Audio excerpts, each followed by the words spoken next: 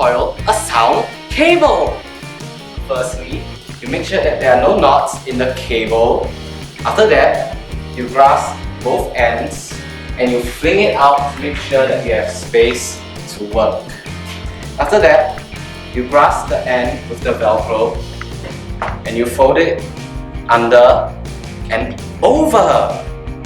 Under, over, under, and over. And that's how you coil a sound cable.